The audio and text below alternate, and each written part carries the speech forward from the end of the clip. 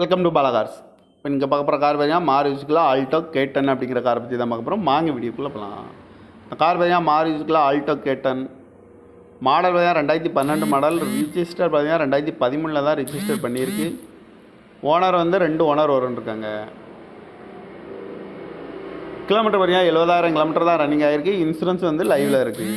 Tyre pan பார்த்தீங்கன்னா 4 டயருமே ஒரு 60% நல்லாயிருக்குன்னு இருக்காங்க. காரோட ப்ரைஸ் என்ன சொல்கிறாங்கன்னா 2,75,000 சொல்கிறாங்க. ரேட்டு குறைக்கும்னு சொல்லியிருக்காங்க. குறைச்சி பேசி இந்த காரை பைப்பிங்கான்னு சொல்லியிருக்காங்க.